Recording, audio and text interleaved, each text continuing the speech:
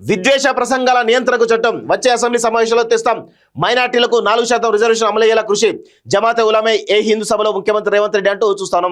So నేను ఒకటే అడుగుతాను, రేవంత్ రెడ్డి విద్వేష ప్రసంగాలు చేసేది ఈ తెలంగాణలో ఇద్దరు వ్యక్తులు, ముగ్గురు వ్యక్తులు.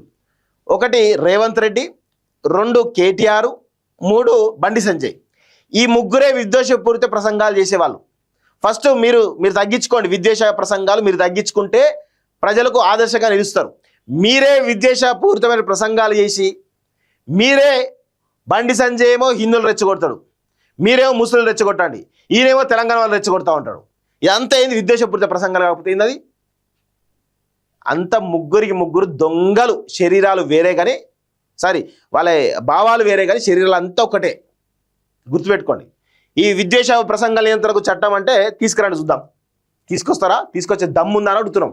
ఏది అంత ఉత్తమ తప్ప ఏముండదు ఇక్కడ.